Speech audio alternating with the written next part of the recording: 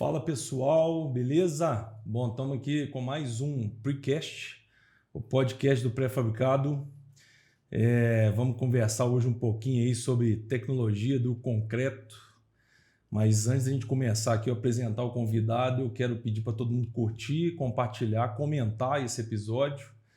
A gente está tendo interação bacana aí nas redes sociais aí, com relação aos conteúdos. Então, divulga aí na empresa, divulga aí para seus amigos, pessoal interessado nesse tipo de conteúdo pré-fabricado que vai ajudar a gente a divulgar cada vez mais esse tipo de construção, beleza? Então, hoje a gente está aqui com o Kirk. Kirk é especialista em tecnologia do concreto, vai falar um pouquinho com a gente aí. Beleza, Kirk? Bem-vindo. Beleza, Carlos, boa tarde. Prazer estar aqui, né? Beleza. A gente espera poder contribuir, né? Então, como você bem falou, a minha especialidade já há alguns anos, não fala quanto tempo, né? Porque a gente já vai ficando velho aí. Pode falar. Já há 24 anos nesse mercado aí, né? Então, na área de tecnologia do concreto, né? Legal. Então, atuando com a parte de dosagens, né? De concreto, a parte de manutenção, ensaios, né? Então, espero vir aí contribuir, né? Que se a gente puder contribuir com alguma informação que seja útil aí, já vai estar valendo bastante a pena aí, né? Show de bola, satisfação demais recebê-lo aqui, vai ser muito bom. Eu queria que você falasse um pouquinho da sua experiência, das empresas, onde é que você está atuando, como é que está essa jornada sua aí na massa de cimento com areia e água e brita. Exatamente, né? Então, eu tenho a minha formação tecnólogo em concreto, né? Tecnologia da construção civil com especialização em concreto. Sou engenheiro civil também, com mestrado, né? O meu mestrado é na área de pré-fabricados, né? Patologias de produção de pré-fabricados, né? Por que patologia de produção, né? Então, nas minhas consultorias, as pessoas sempre falavam assim, olha, eu tenho bolha na superfície do pré-fabricado. Isso é desmoldante. Daí eu comecei a me atentar. Será que é desmoldante? Tenho mancha escura. Isso é areia contaminada. Mas de onde que as pessoas tiram essas informações, né? E aí eu fui fazer o meu mestrado. E aí a minha área de atuação, né? Eu tenho a empresa Concrete Engenharia e Consultoria. Ela atua com laudos, perícias, né, inspeções. E a parte de consultoria em concreto, onde eu presto consultoria na parte de desenvolvimento tecnológico do concreto, do material concreto, né? Específico, né? Em relação a dosagens, ajustes de produção, né? Eu tenho uma outra empresa que é a Bruck do Brasil, uma empresa que já existe na Argentina, em Rosário, na Argentina, né?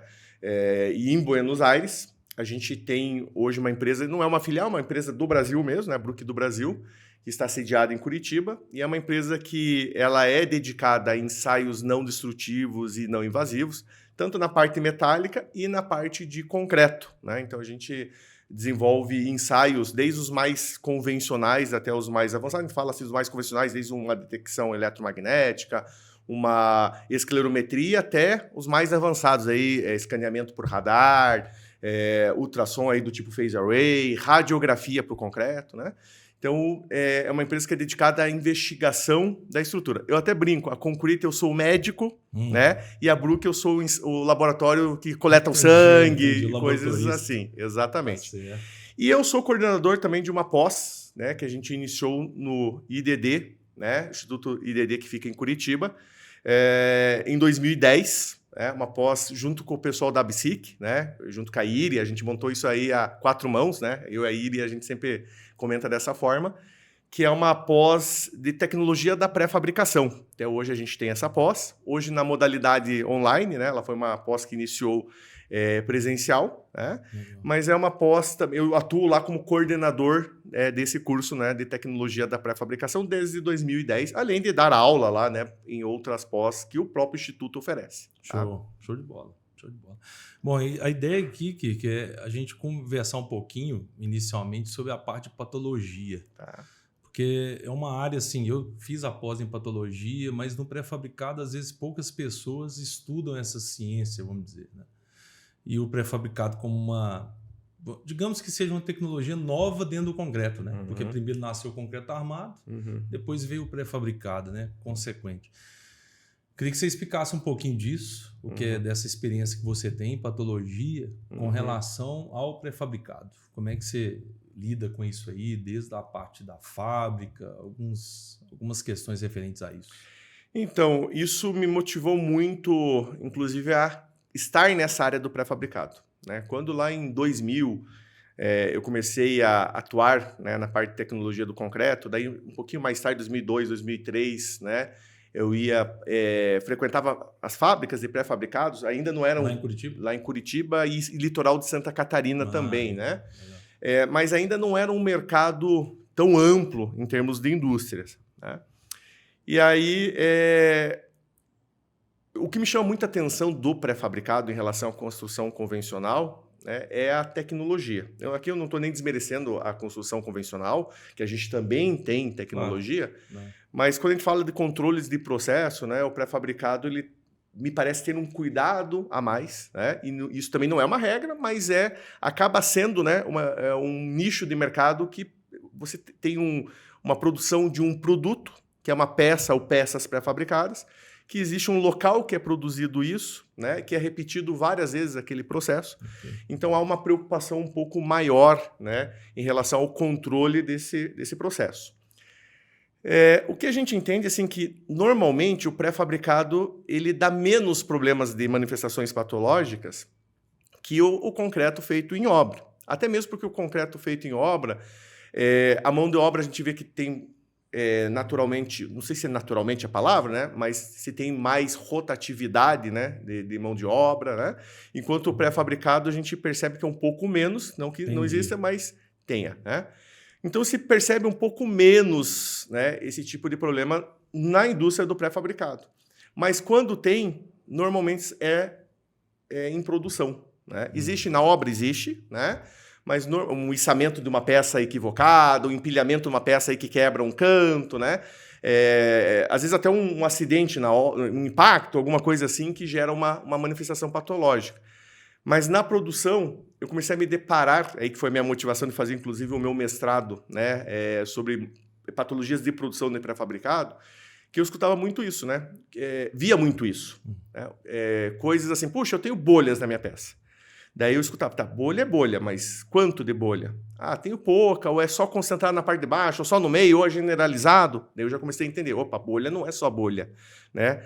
Bolha pode ser um negócio pequeno, pode ser um negócio grande, pode ser um negócio distribuído ao longo da peça, pode ser concentrado num ponto. Aí tinha cliente me dizendo, olha, bolha é problemático. Problemático Fui entregar uma peça para um cliente, né? E o cliente falou assim, essa bolha aqui, ela tá funda. Tem aí 1,5 centímetro e tal. Isso reduziu o cobrimento do meu concreto, né? Então, é uma falha de produção. É uma manifestação patológica de produção. E aí comecei a me deparar com outras falhas. Aqui eu tenho, não sei o que está acontecendo, mas aqui na quarta face eu tenho uma trinca atravessando a peça de ponta a ponta. Ah, tenho fissuras laterais. Eu tenho quebras quando eu vou sacar a peça, né? Tenho manchas claras e manchas escuras, né, que esteticamente não são agradáveis. Será que isso é um problema? Então, falta de resistência. Começava a ver muito essa questão de falta de resistência. E como o desconhecido, né, Carlos, ele gera ou gente que é especialista né, no assunto, ou pessoas que não sabem para onde correr, eu comecei a escutar coisas que eu não sabia se era verdade. Alguns mitos, né? A bolha é problema de desmoldante, né? Esse é um mito? Mito. Entre aspas, não é um mito. Também pode ser. Ok. Eu já vou te falar por quê. Tá, né? Isso aí que eu tô querendo saber. Então, falta de resistência é excesso de água no traço.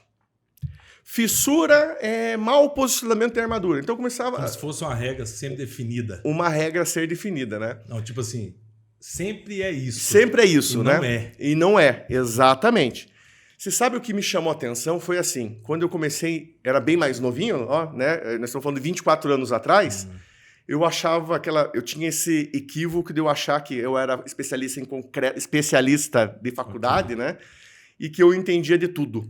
E eu chegava numa fábrica pré-fabricada, o cara não entende tecnologia do concreto. Eu entendo, né? Ele não. E aí a gente passa, não sei se todo mundo, mas às vezes é pelaquela pequena arrogância profissional de recém-formado que é novo e acha que sabe de tudo e não sabe de nada. E sabe o que me chamou a atenção uma vez foi assim, que eu cheguei numa empresa de pré-fabricado, que eles me chamaram, uma empresa grande da região de Curitiba, que eles me chamaram porque, assim, vamos chamar o Kirk entende de concreto, a nossa laboratorista não entende, e vem uns auditores aí de fora, né? Porque tem o auditor interno, mas eles chamaram uns de fora, para implementar selo ABSIC, coisa assim, né? E aí eles começaram a correr na fábrica, a laboratorista no meu lado, né? E eu andando, né? Tá vendo aqui fissura? Né? Deu, fissura porque o cara não fez cura, né? Aqui tem uma mancha. Porque isso aqui é excesso de água também, tal, né? E eu me achando o cara, né? Recém-formado, né? Me chamaram porque eu sou o cara, né? Ok. Daí eu lembro que eu cheguei lá no estoque dos agregados que estavam todos expostos, né? E eu falei, essa areia está contaminada. Por isso que está tendo um problema de resistência, né? Ali que se dá que eu comecei a aprender a dar uma baixadinha na bola. Novinho, sem muito o que aprender, né? Eu lembro quando eu falei, aquela areia está contaminada. A menina do laboratório chegou e bateu no meu ombro, assim, que a gente precisa de gente como você na nossa indústria. Ali eu me inflei, né? Lógico, sou o cara, né? Me chamaram para estar aqui. E eu falei, mas por quê? Ela é uma grande amiga minha, né? Porque existe inúmeras normas de ensaios de agregados, né, para determinar qual que é o grau de contaminação, quanto tem contaminação, quanto é prejudicial, né? E você só no olho já sabe que tem um problema, né? Precisamos de gente como você ali, né? Então ali começou, além de baixar a bolinha, né? Eu comecei, Carlos, assim, é importante. Daí fui, claro, a gente vai desenvolvendo. Depois de uns 7, 8 anos disso, eu entrei no meu mestrado e defendi o meu mestrado na área. E aí, respondendo a tua pergunta das bolhas e tal, está disponível na internet, né? Se procurarem manifestações patológicas em pré-fabricado e colocar o meu nome, ele tem a versão em PDF, né? Deixa no comentário lá depois. Sim, claro. A gente acha o link lá. Tem a minha dissertação de mestrado, né? Que fala sobre patologia de produção. E por que eu falo isso, né? Eu fiz um questionário com 104 perguntas mapeando o processo de produção, né? Então, mapeando desde a chegada do material, desde quem confere o material, né? Desde quem ensaia o material. Então, todo o processo é mapeado. E aí eu fiz um confronto, eu apliquei isso em 16 empresas na região de Curitiba. Legal. E aí eu fiz um confronto, mais ou menos assim, esse tem problema de bolha, esse tem problema de bolha, esse tem problema de bolha, esse... O que eles têm de comum na resposta entre eles, né? E aí eu comecei a ter um primeiro diagnóstico, né, do que era os possíveis problemas. Então, por exemplo, bolhas pode ser erro de dosagem, né, um excesso de água, né, má vibração, né, quando você aquela vibração que o pessoal faz por tempo, pode ser o desmoldante, pode ser uma falha de limpeza de uma forma contaminada, né? Pode ser um concreto muito coeso, também entra na dosagem, tá? Então, eu consegui mapear coisas. Pode ser, por exemplo, até reaproveitamento de dosagem. Por exemplo, em fábricas um pouco menores que o pessoal faz na betoneira, caiu, a gente fala que o concreto baba, né? Aquele que cai no chão. Sim. Aquele concreto ali e tal, no final do dia o cara raspa e devolve lá, né? Isso afeta tanto a resistência mecânica, como ele pode contribuir para aumentar o consumo de água e gerar bolhas. Olha só. Né? Então, foi daí que eu consegui mapear os problemas de produção de pré-fabricados. E aí acabou que você definiu que não é só um para cada. Não é só um para cada. Eu fiz até um quadro resumo, que foi assim, Carlos. A minha professora Márcia, que é lá, eu fiz na Universidade Tecnológica Federal do Paraná, né? Professora Márcia, PhD, né? Que me orientou o trabalho. Eu devo muito a ela em relação a isso. Porque ela chegou assim, Kirk, você precisa fazer um questionário de mapeamento, que isso funciona bem. Traz para mim na próxima reunião de orientação. Legal. Cheguei lá num questionamento, assim, trouxe acho que umas 30 perguntas, achando que eu estava, né? Top. Ela falou assim, só 30? Você acha que 30 mapeia todo o processo? E outra, resposta só sim, não, sim, não, sim, não, sim, não. Eu falei, mas resposta é sim, não, faz ou não faz? Não. Né? Às vezes pode ter coisa que é em cima do muro, a pessoa pode responder, né? Faço parcialmente, por exemplo, né? Tal, atende parcialmente, né? Ela falou assim, eu vou te dar aqui um livro sobre como elaborar questionários, né? Daí ela me deu um prazo, talvez um mês e tal, eu cheguei com 150 e poucas perguntas. Ela falou assim, 150 e pouca, tem muita coisa que aqui está repetindo. Você já perguntou aqui nisso. E quando a gente fez um refinamento, inclusive todo esse questionário que faz uma pergunta está no meu mestrado, se alguém tiver interesse, né?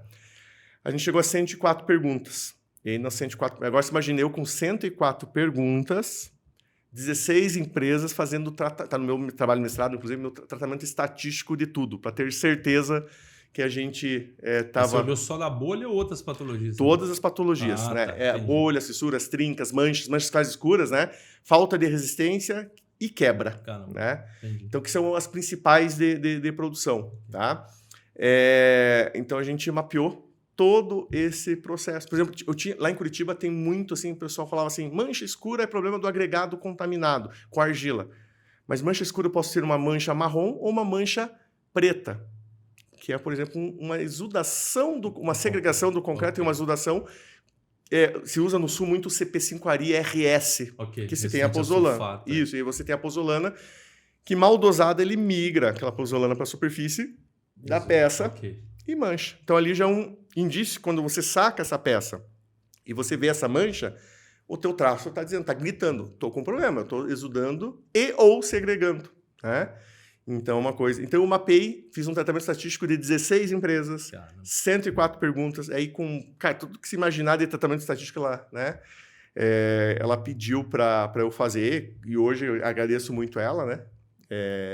E aí a gente conseguiu chegar... Tem uma tabela resumo do que são as probabilidades, né? Para a pessoa enxergar. Quando tem muita bolha, o que a gente sugere que a pessoa precisa enxergar no processo. E você fez com a empresa só de estrutura ou você pegou também de artefato aí nesse meio de... Qual tipo de empresa? Só de estrutura? Só de estrutura. Eu tive que fazer um levantamento lá na Federação das Indústrias do Estado do Paraná, das empresas. Daí vem, né? Estruturas, artefatos e tem as empresas de postes também. Postes. Então, para não ficar um universo desconcentrado, né? A gente retirou postes e retirou artefatos e deixou só indústrias, né? Então, fazem pilares, vigas, lajes, né? Legal. Então, a gente deixou focado nessas, né? Na verdade, foram 22 empresas, só que só 16, né? Foi a maioria, ainda bem, né? Que aceitaram. E dentro dessas, eram as duas que eram maiores na região. Uma era a maior do Brasil na época, né? Aceitou aí fazer. Foi muito interessante, assim, porque eu tive dois extremos. E tinha uma empresa que era top no selo ABSIC, né? Último nível do selo. Tinha uma que era top em ISO 9000, mas tinha aquela que era assim, o cara tipo, tinha um não desmerecendo, né? Mas tinha um terreno, eu que montei minhas formas aqui e tal. Exatamente, né? E a gente pontuou essas empresas, né? Tipo assim, quanto falta para ela chegar? Então, o meu questionário, inclusive, tinha nota. Então, a excelência seria 100%, né? Então, as empresas maiores, elas chegaram a 93 de nota, né? 92, 88. E as empresas piores que a gente chegou, assim, a 40 de nota. O que isso ajuda? Não é desqualificar a empresa. A maturidade. É a maturidade. A pessoa começa a enxergar, nossa, minha empresa é só 40. E é assim que elas enxergaram. Nossa, para eu chegar a 100, eu estou muito aquém. E ela já tinha até, inclusive, um diagnóstico do que ela precisa fazer. Claro que é um passo por vez. Lógico. Algumas delas aceitaram, outras não, né? Mas daí a decisão é dela. Eu não fui consultado para nem contratar para dar consultoria, fui fazer o meu mestrado. Outras fecharam no caminho e tal, né? Entendi. Mas o trabalho ajudou isso, inclusive, a diagnosticar, mas também você saber o quanto falta para chegar no que seria o 100% de nota. Que legal. Né? Você pegou nessa jornada aí, então, você falou um pouquinho sobre bolha, né? Tem algum outro mito aí que você acha interessante, que você pegou, que você... Essa da produção? O da bolha é a campeã, né? Porque a bolha, o pessoal, né, achava que era assim, desmoldante, né? O desmoldante, ele tem... Olha que engraçado. O desmoldante, ele tem, sim, os desmoldantes mais desqualificados. Por exemplo, se usava muito... Óleo diesel. Óleo queimado. Eu descobri com um professor, doutor em Química, ele é engenheiro químico da Universidade Federal do Paraná, ele me falou o processo. Né? Ele falou assim, Kirk, e ele faz estudos dentro da área da construção civil. O óleo diesel, quando ele entra em contato com o material alcalino do cimento, ele tem algum tipo de reação que eles descobriram que vira ácido sulfúrico. Caramba. Pequena concentração, não é aquele ácido que vai colocar o dedo, né? Claro. E começa a gerar borbulhas, né? Borbulhas, que gera as pequenas bolhas no processo aí de produção. Então, por quê? Vamos lá. O que acontece se você pegar um óleo e concentrar, ele vira graxa. que é você concentrar e aumentar a temperatura. Então, eu descobri, por exemplo, que os melhores desmoldantes que existiam no mercado para não formar bolha, primeiro, eram os derivados de parafina, mas parafina hoje é custo extremamente caro, não rende e tal. Mas são aqueles óleos minerais que se aplica numa película bem fina. Quanto mais fina um aspecto de encerado, o resultado de eliminação de bolha, inclusive desmoldagem, né, era muito melhor. Okay.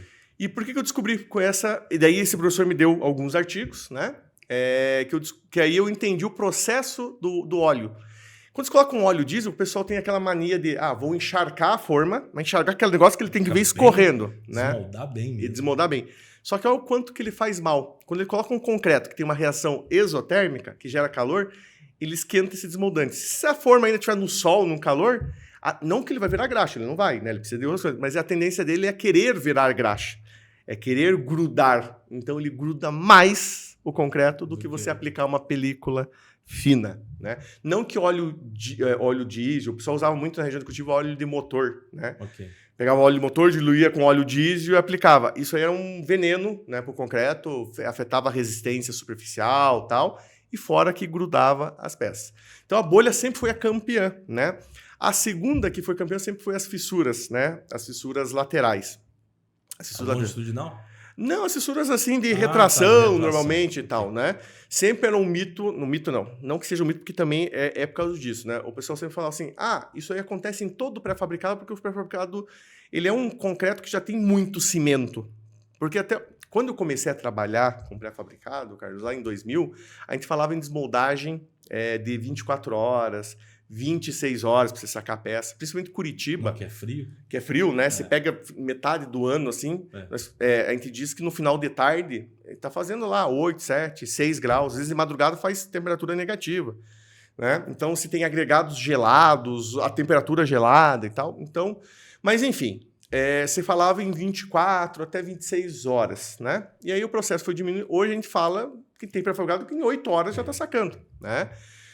Então, e aí, para uma das maneiras para você conseguir, fora os artifícios aí de processos de cura, aceleradores de pega, enfim, é você aumentar o calor também com o cimento, né? Então, se criou um mito, né? Eu fui em fábricas de pré-fabricado, que eu via bastante dentro do meu estudo, que a pessoa usava lá 320, 350 quilos de cimento por metro cúbico e tinha muito mais fissuras do que quem usava 400, 410, 450 quilos. Não é o cimento. Pode ser também, né? Não é mas a gente começou a descobrir o tal e a velha cura, né? Me chega a arrepiar quando eu falo assim, eu chegava numa fábrica e falo assim, veio uma expressão nova. Você faz cura? Faço. Como que é a sua cura? A cura de Deus. Assim, cura de Deus? Como assim? Milagre? É um milagre. Pensei assim, não, você não está vendo que a minha produção aqui é no tempo. Quando choveu, quer dizer que Deus que quis que curasse as peças, entendi. Né? Está todo mundo curado aqui. Eu sou católico e temente a Deus, né? E nunca vou desmerecer, mas eu acho que até Deus que a pessoa, que eu tô dentro... Cara, não pode ser assim, né, gente? Eu preciso que você evolua um pouco mais, né, filho, em relação a isso, né? E aí o que acontece? A pessoa não tem um processo de cura, né? E aí é um dos campeões, né? A pessoa, nunca era cura. Você chegava assim, é problema de cimento, é muito calor, essa forma que é ruim, o fabricante entregou um material ruim, esse cimento... Daí ligava assim, a gente fala que tem problema em concreto em ordem alfabética, né? Aditivo, areia, cimento. Daí o cara que produziu lá, o nome dele é Zulu, né? Nunca é o cara que produziu, né? Não é o cara, né? E aí, o que me chamava sempre a atenção era isso, que o cara sempre falava assim, não, isso é o cimento, ligava, enchia o saco da cimenteira, do fornecedor de aditivo, né? Da areia não adianta encher o saco, o cara quer, não quer, né? Tem quem queira. E sempre era esses caras, mas nunca era o processo, nunca era, faz cura? Não, nunca, 30 anos que eu nunca fiz cura, não é agora. Né? E o cara esquece, daí ele tem uma má dosagem do concreto, coisa assim, uma má dosagem, não tem cura, fissura, mas o problema é o cimento, o problema é o fornecedor de forma e outras coisas. Então, esse era um outro mito que a gente via no processo de produção. Né? Por isso que é importante você investigar. Né? Lá no nosso site tem até um e-book que é de manual de patologia em lajes alveolares. Aham. Porque o Fabrício, que é meu sócio lá na Planix, ele trabalhou, ele começou com isso, né? Na Aham. indústria de pré-fabricado, lá em 98. Tá. Aham. Então ele foi identificando esses pontos lá na laje alveolar e criou um manual de identificação visual, né? Falou, pô, geralmente quando acontecia boca de jacaré era isso. Quando dá fissura longitudinal é por causa disso, escorregamento de cabo. Aham. E aquela série de manifestações que a gente vai enxergando. Mas por quê? Porque você tem que pegar o que acontece e trabalhar em cima dela. Porque supor o que é, sem dado estatístico, sem uma verificação, você está jogando no escuro. Exato. É o que eu te digo assim, o meu trabalho foi justamente essa tua última frase. As pessoas chutavam. Né? As pessoas falam assim, as pessoas tinham já a receita deles. Sabe quando uma vez eu cheguei numa empresa de pré-fabricado e aí foi um fornecedor de um desmoldante. O cara tinha desenvolvido, eu era consultor dessa empresa, né? Não dou mais consultoria, mas isso eu estou falando há 10, 12 anos atrás, né? E aí o fornecedor falou assim, Kirk, a gente desenvolveu dentro da indústria um desmoldante novo, tá? Que eu já testei aqui em São Paulo em algumas indústrias. É novo. Tem um mês esse desmoldante, né? O que eu quero falar para você é que a gente tem um problema cultural, é isso que eu quero dizer para você, né? Então, cara, testei aqui em São Paulo um consumo extremamente baixo, né? E excelente. Posso levar lá na sua na fábrica que você dá consultoria, lá no norte do Paraná, né? A fábrica. Falei, pode e tal, né? Chegamos lá no dia da fábrica, lá tal, né? Daí, tá, vamos testar esse desmoldante, né? Tá, vou chamar lá o fulano, que é o cara do desmoldante aqui da fábrica, que eu não conhecia, né? Que eles têm muita rotatividade de mão de obra. Esse cara chegou e falou assim, olhou pro desmoldante e falou assim, esse desmoldante não funciona. É igual da areia, né? Que tá contaminada. Exatamente. Mas, igual da areia contaminada. Igual da areia contaminada. Mas por que não funciona? Lá na fábrica que eu trabalhei em tal lugar, eu já usei esse desmoldante. O desmoldante era novo, né? Tá. Eu já usei esse desmoldante e grudava as peças. Então a gente já tem, às vezes, uma resistência desse. O duto nunca foi usado na região ali, sabe? Mas o cara já tinha usado e falou que não funcionava. Então a gente tem um pouco também de problema cultural, né? Então, que entra nesses achismos, né? A pessoa vai naquela assim, fez, uma vez deu certo, porque o diagnóstico foi aquele, né? E acha que o certo... É mais ou menos assim, quando você tem dor de cabeça, toma aspirina que melhora. Tá errado? E se a tua dor de cabeça for um problema de estômago? Você vai tomar aspirina, vai atacar muito mais o teu estômago e vai te dar muito mais dor de cabeça. Mas as pessoas partem daquela pressuposição, né? Que dor de cabeça, tomei aspirina e curou. Coincidência. Né? Coincidência, né? Então a gente vê muito isso, né? Dos achismos. E aí, quando eu fui fazer esse meu trabalho, né, de mestrado, e me ajuda até hoje nas consultorias, foi muito em relação a isso, né? Cara, não pode ser no achismo, né? Porque às vezes a pessoa falava, é o desmoldante. Daí eu via o cara, bolha é desmoldante. Daí o cara testava lá 5, 6 fornecedores e não resolvia. Diminuía um pouco, às vezes não diminuía. Daí o cara falava assim, não, esse... Daí ele mesmo se enganava. Não, esse melhorou bastante. E você via que visualmente não melhorou nada. Mas ele queria se convencer porque ele não tinha mais argumento para dizer que aquele problema era em relação a uma tecnologia do concreto, um excesso de água, né? Alguma coisa assim. Então, tem muito esse achismo que eu não concordo numa investigação. Talvez é por causa da falta, talvez, de ciência, né? Que eu estou falando ciência na questão da investigação. Essa semana passada a gente estava conversando, que eu estava apresentando lá no CIMA, eu conversei com um profissional sobre a questão da qualidade. Falei, você tem acontecido muito problema na sua fábrica? Eu não sei. Por quê? Porque você não está medindo. Exato. Então, se você não mede a quantidade de incidência de problema que está acontecendo, como é que você vai saber se aquele acontece mais ou menos? Exato. Você vai atuar em qual? Você tem lá 50 problemas acontecendo. Qual que é o mais importante para você olhar e focar? Se você não tiver dados analíticos para isso, né, de estudo... Se não tem números, não tem, né?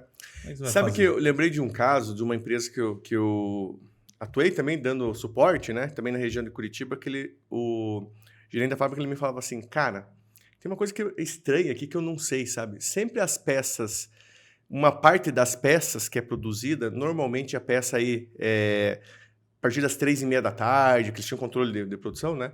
São peças que têm problema de resistência. Como assim problema de resistência? Eu falei assim, me explica o que é um problema de resistência. Ele falou assim, Kirk, é assim de eu ter, às vezes, caso eu mandar uma peça pequena, né, uma viga pequena, de içar a peça quebrar, né? Ele me chamou até, inclusive, que uma dessas peças tinha caído numa cabine, né? O Munk, né? Fazendo o içamento, ela estourou, né? E ela caiu em cima de uma cabine, não tinha ninguém na cabine. O caminhão tinha uma semana de novo, zerado, assim, né? E aí a gente foi investigar, né? Porque ele falou assim, cara, eu não entendo, né? Porque toda a produção restante é excelente, mas por que é essas, né? E aí aquela questão, não tem mapeamento, não tem dados, né? Não tem levantamento.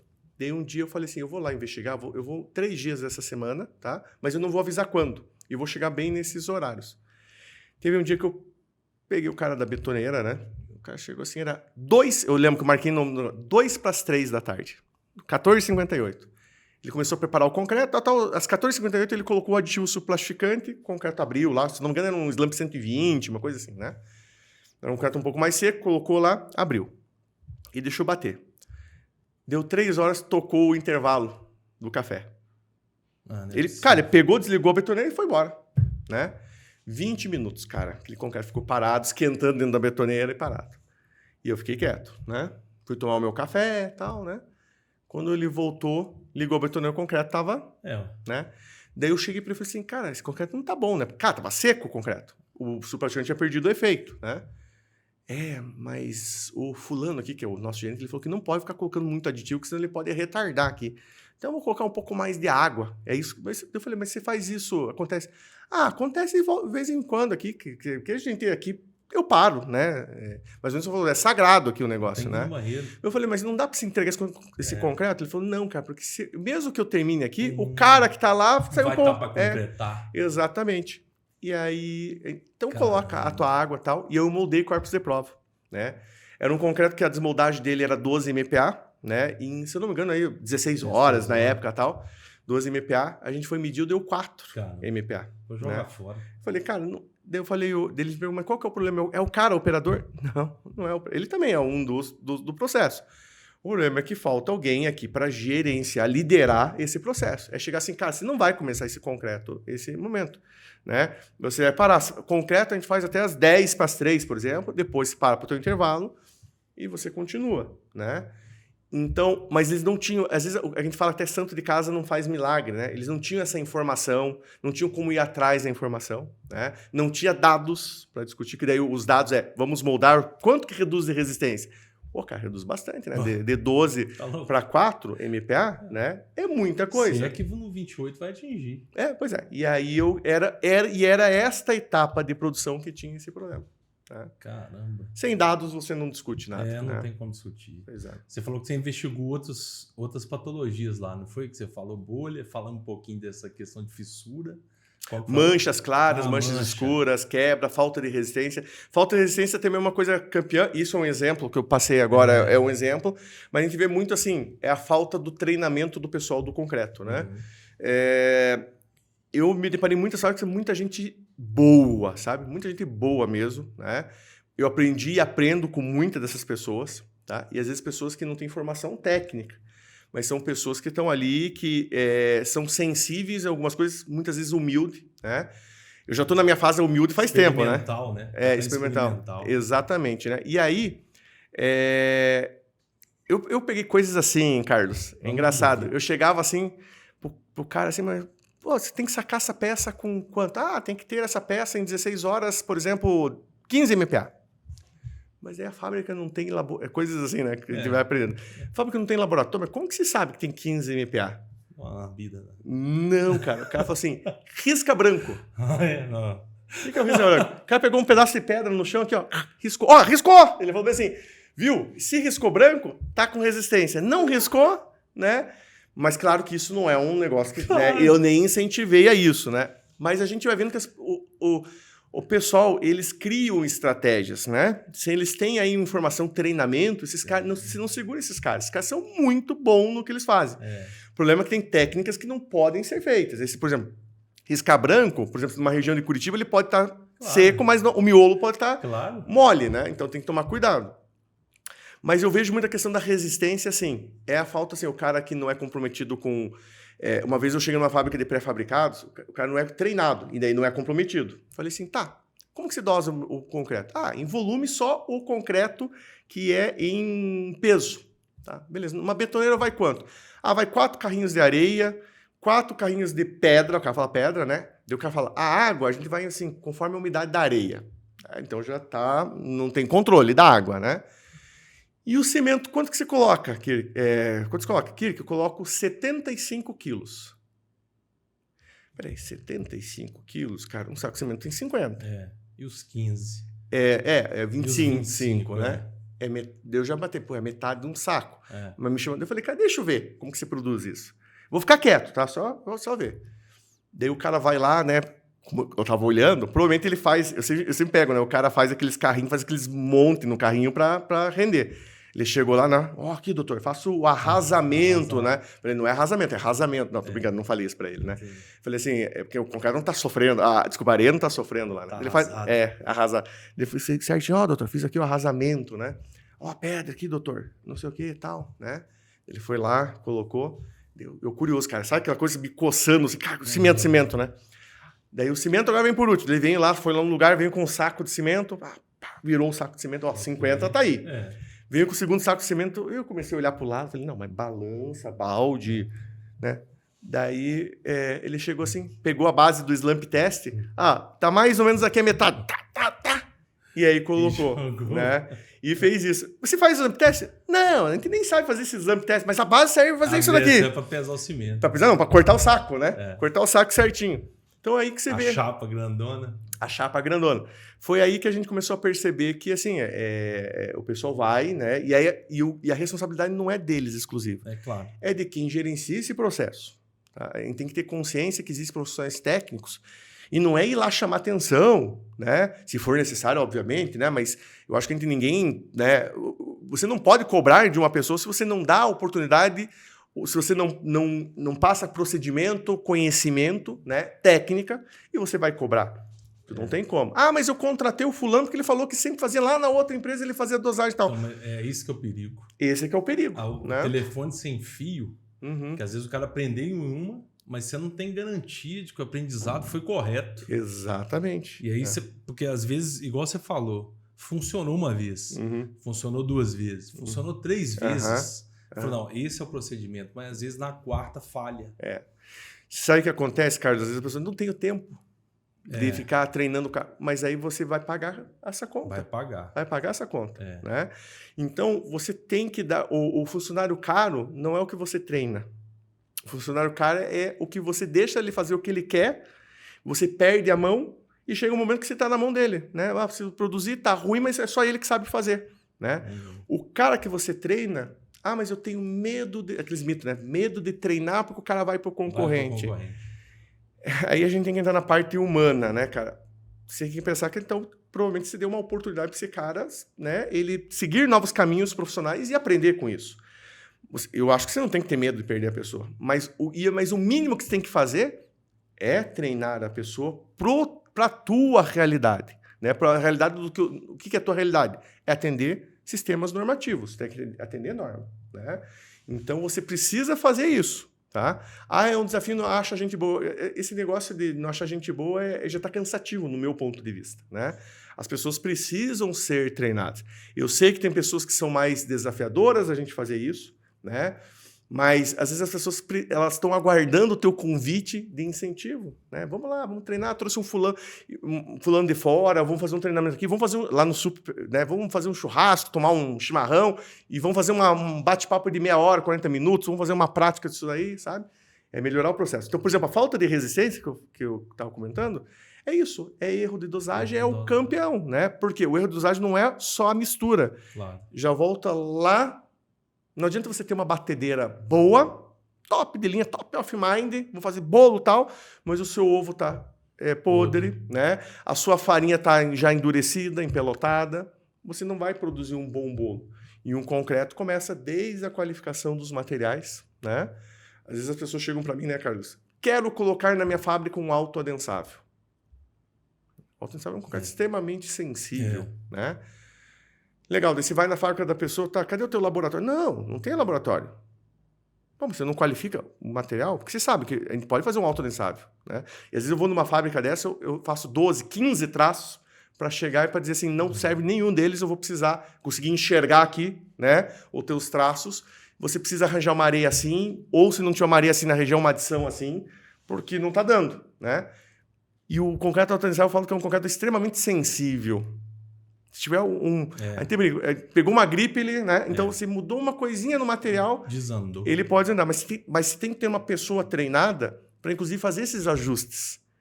E as pessoas, sabem o que elas esperam? Me desenvolva o traço de autodensável, que aqui o pessoal faz.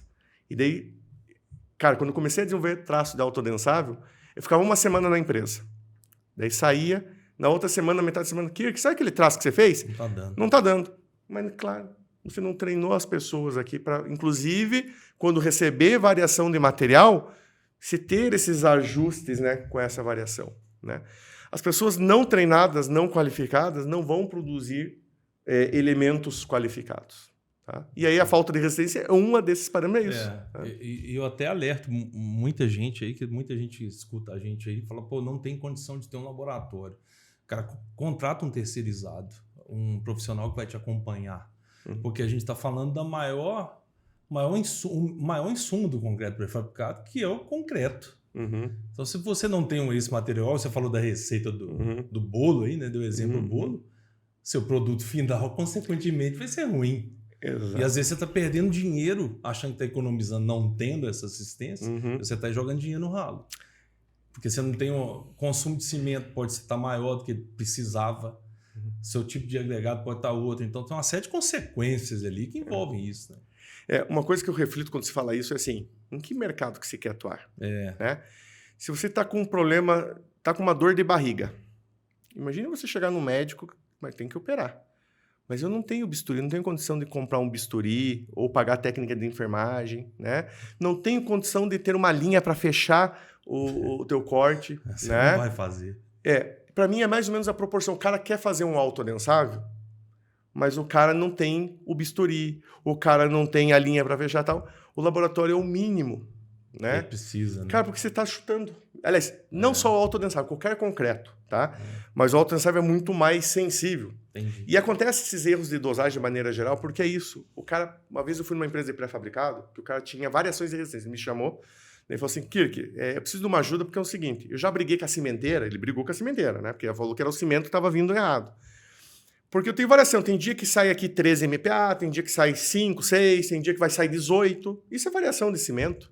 Que eu sei que cimento eles podem ter adição. Eu estava lendo, eles falam bem assim, né? Aqueles caras vão lá, né, pesquisa na internet, né? Exatamente, né? Eu assisti uma aula de um professor no YouTube que o cimento pode ter, o CP5 Ari pode ter de 6 a 12% de adição. Né? Então é essa variação. Isso. Consequentemente, né? O cara vai por analogia, né? E eu falei, tá, legal. Daí você começa a ver o processo dele, você vê assim, não tem qualificação de material. O próprio cimento dele é estocado, às vezes, em condições não favoráveis. A areia dele, daí você vai ver assim, o cara, deixa eu ver a tua areia. Ah, tá lá no monte. Daí o cara vai lá, pega a parte de baixo, raspa a terra, inclusive, assim, sabe? Né? Daí vem argila, vem não sei o quê, né? A brita, eu juro pra você que nesse cliente eu olhei a brita, eu falei, que brita é essa? Ah, não, eu peguei que era mais barato, o cara usa para asfalto, que é nos pedriscos, tudo lamelar.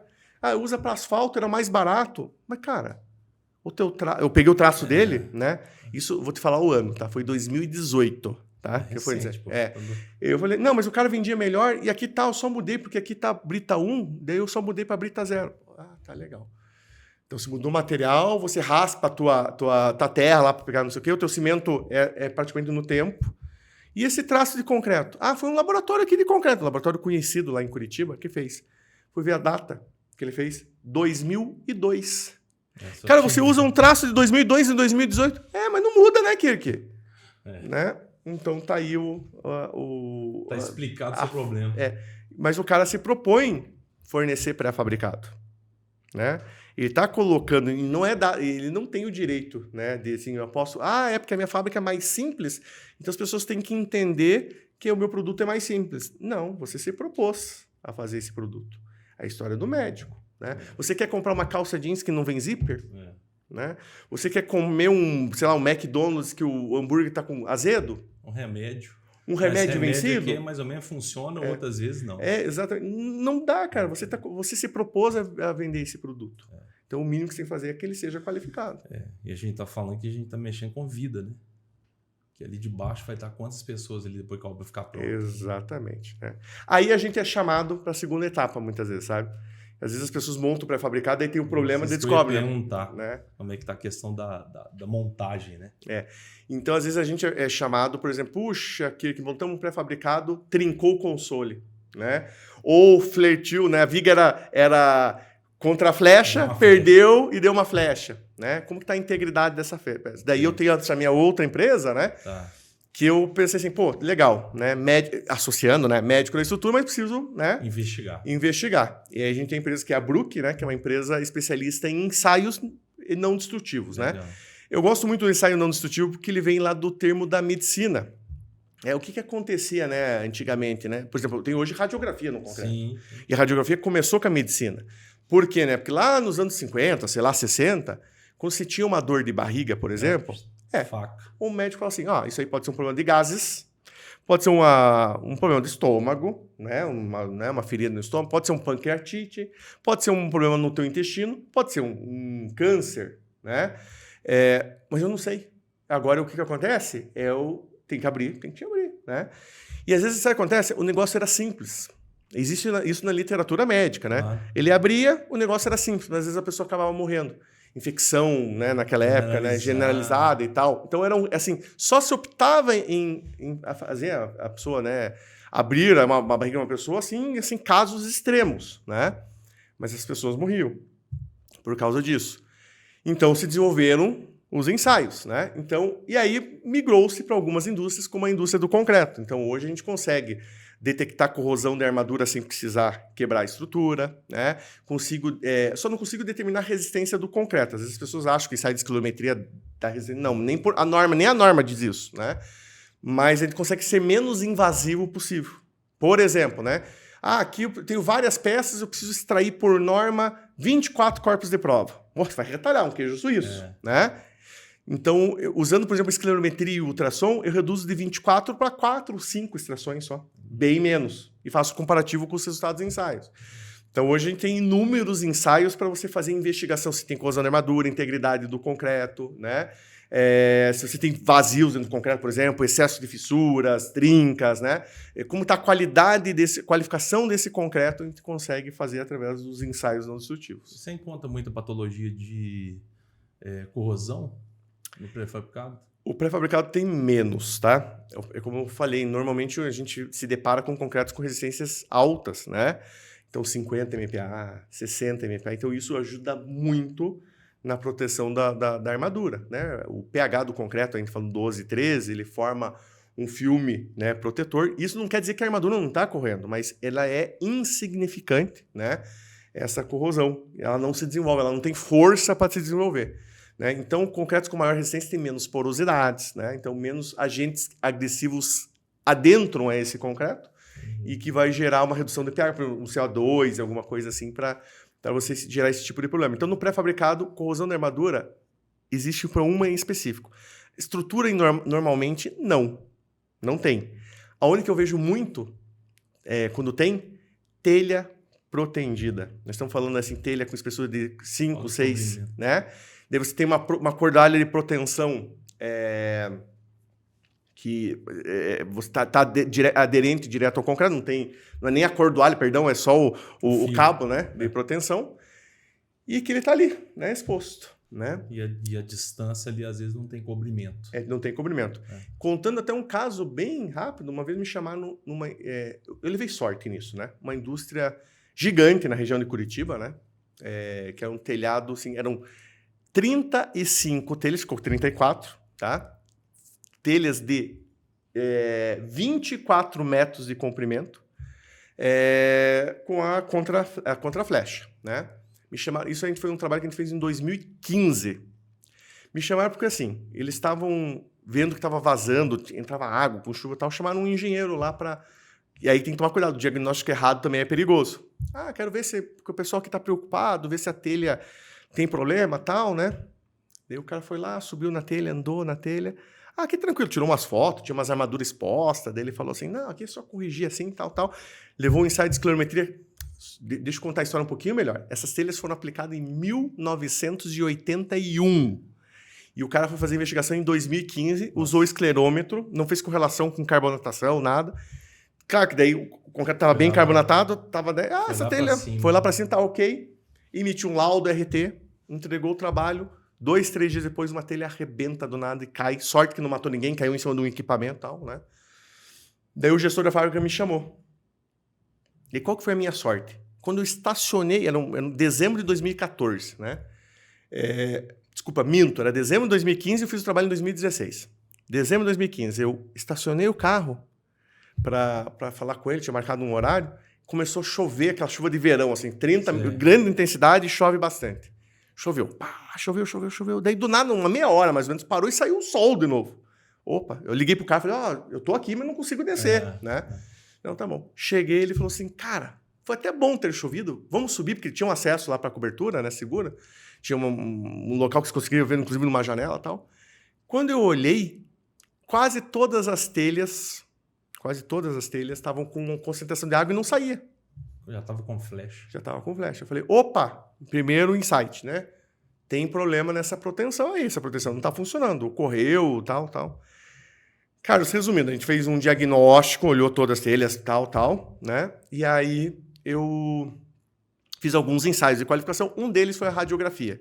Era um cordoalhas de 10 milímetros, para você ter uma ideia. A gente fez algumas radiografias que eu consigo medir na radiografia, né, a perda de seção. Que legal. Encontrei partes de cordoalha com 7,3, 7,5, 20 e poucos % de perdas de proteção. Por corrosão. A gente chegou a abrir uma janela de inspeção, cordoalha corroída, né?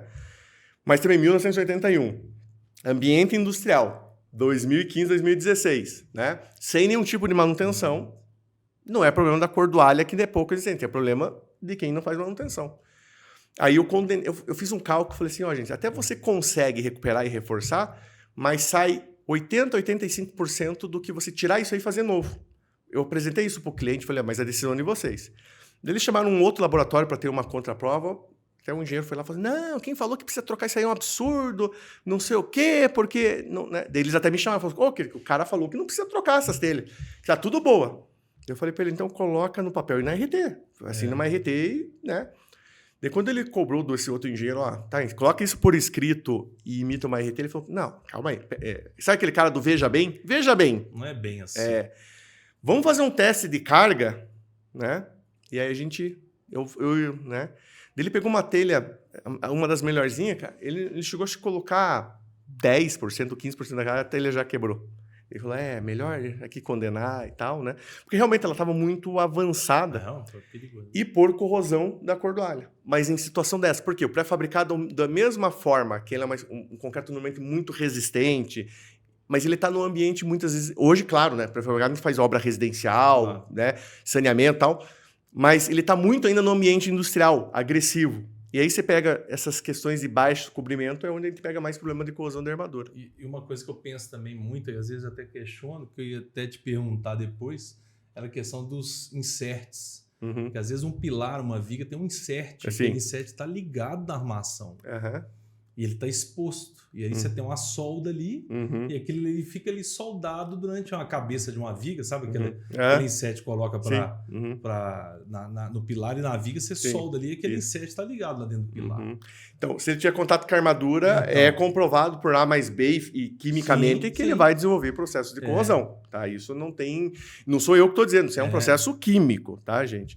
Forma uma pilha de corrosão, né? Então precisa ser protegido, ou precisa ser retirado, ou enfim, tem que ser protegido. A viga que está protegida, a cabeça dela ali com as cordoalhas, que você corta, ela fica exposta. Exatamente. Então, normalmente o pessoal usa argamassas poliméricas estruturais, né, para fazer esse tamponamento e tal, né? Não pode deixar de ter. Não pode deixar. Tem que ser com cuidado. Mas a gente vai em obra, a gente vê isso, sabe? Então, a gente vai em obra, a gente vê que às vezes não tem. Uma cordoalha corroída é muito mais perigoso que um aço frouxo. Com certeza. Com toda certeza. Estruturalmente, normalmente ele é mais problemático. Exatamente. Bom, aproveitar aqui para a gente falar um pouquinho que a gente está falando sobre essa questão de conhecimento e tal, falar um pouquinho da pós aí. Legal, né? O pessoal está buscando conhecimento nisso, a gente conversou um pouquinho sobre isso aqui, né? Então, onde é que eu vou conhecer sobre isso? Então fala um pouquinho da pós aí. Legal, uma excelente oportunidade, né? Essa é uma pós que a gente desenvolveu junto com a BSIC, é uma pós que como eu falei já no começo aí, que é a ali. tecnologia da pré-fabricação. Isso. É no Instituto IDD. Ela vai começar agora uma turma totalmente online, né? Acontece uma vez por mês, né? Online. Então, você pode estar em qualquer lugar do Brasil, você consegue assistir essa pós. Ela começou presencial, né? Mas a gente percebeu, uma pesquisa que o próprio IDD fez, mercado tal, e esses novos tempos, né? Que hoje o online ele tem trazido muitos benefícios. Então, uma pessoa que está longe, né? A gente tem alunos do Paraguai que assistem a pós, pra você ter uma ideia. Então, você consegue ter esse acesso, né, a esse conteúdo, né? São professores que atuam no mercado. É uma pós, como eu falei lá no começo, né? Ele já existe desde 2010. Eu fiz a 4 mãos com a Iria, né? A Iria Duniac, que é da BSIC, tá? O IDD é associado, assim como a Planix, né? A BSIC, que para a gente é muito bom, né? Claro. Representa muito bem o setor, tá? E é uma pós que eu falo que ela usa esse termo, ela visita todas as etapas de produção todas as etapas do processo, não só da produção, né? Do processo do pré-fabricado. Então a gente começa com a parte de projetos, né? Dimensionamentos, né? Como que a gente executa um projeto em pré-fabricado. Claro que você não sai especialista em projetista em pré-fabricado. E também não é só noção, né? Não é noção, não é um negócio básico. Mas você entende o que é um projeto e como que se concebe um projeto em pré-fabricado. São quantas horas após? Após são 430 horas, se eu não me engano, tá? Me perdoa porque teve algumas adaptações agora, né? Na função do online, né? Mas você passa pela parte de projeto, daí você vai para a parte de tecnologia do concreto, onde você vê os concretos convencionais, concreto para laje alveolar, né? Para painel, você vai aprender viga, o que não fazer. O que não fazer, como cuidar dos materiais, claro. Preparar, misturar, né? As novas tecnologias de concreto, autodensável, autoresistência e tal. Ela passa também pela parte de fábrica, então gestão de fábrica, logística, né? Gestão de produção, né? Segurança do trabalho, então ela passa por isso aí também. Legal. Ela passa daí para a parte de obra, então é a parte de fundação para estruturas pré-fabricadas, a parte de montagem, e ela passa também pela parte de manutenção, que hoje é muito importante, né? Manutenção não é entreguei o pré-fabricado, né? Você como produtor, você não é obrigado, mas você é obrigado a passar as informações para o seu cliente. Então a parte de manutenção, inspeção e proteção de estruturas pré-fabricadas, né? Logísticas de obra, também acabei falando, né? Por exemplo, tem muita discussão, legal, às vezes é legal fazer uma obra que o acesso é tudo fácil, consigo estocar tal, e naqueles terreninhos que são pequenininhos, que você tem que chegar lá tal, então todos os professores são professores que são atuantes, né? Então, voltando um pouco na parte de cálculos, a gente vê a parte do concreto armado, o protendido, como que se executa um protendido, né? E lá na obra, quais são os cuidados para fazer esse içamento dessas peças, né? Como que eu faço a proteção? Deu problema no meu pré-fabricado. Como que eu inspeciono? Como que eu ensaio um pré-fabricado? Né? Então, ela visita todas as etapas de produção. Após vai começar agora a turma 2024, ainda tem inscrições abertas, né?